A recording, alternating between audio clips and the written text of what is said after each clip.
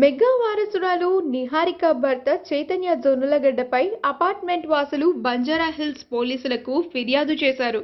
గతేడాది మార్చి నెలలో హైదరాబాద్లోని ఫిల్మ్ నగర్ నుంచి షేక్పేట్కు వెళ్లే దారిలో ఉండే ఒక అపార్ట్మెంట్లో నిహారిక దంపతులు ఫ్లాట్ అద్దెకు తీసుకున్నారు.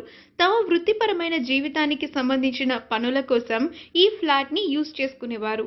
అయితే జీహెచ్ఎంసీ నిబంధనలు ఉల్లంఘిస్తూ రెసిడెన్షియల్ సొసైటీలో వాణిజ్యపరమైన కార్యక్రమాలు నిర్వహిస్తున్నారని, కోవిడ్ నిబంధనలు పాటించకుండా గుంపులుగా ఫ్లాట్స్లోకి వస్తున్నారని, దానివల్ల తామెంతగానో ఇబ్బందులు పడుతున్నామంటూ సదరు అపార్ట్మెంట్ వాసులందరూ బుధవారం అర్ధరాత్రి పోలీసులకు ఫిర్యాదు చేశారు. మరొక వైపు తమ వ్యక్తిగత జీవితానికి అపార్ట్మెంట్ వాసుల వల్ల ఇబ్బందులు కలుగుతున్నాయంటూ చైతన్య సైతం పోలీసులకు ఫిర్యాదు చేశారు. పరస్పర ఫిర్యాదులు స్వీకరించిన పోలీసులు విచారణ చేస్తున్నారు. ఈ వీడియో కనుక మీకు నచ్చినట్లయితే మీ అభిప్రాయాన్ని కామెంట్స్ ద్వారా మాకు తెలియజేయండి. మా ఛానల్ని సబ్స్క్రైబ్ చేయడం మర్చిపోకండి.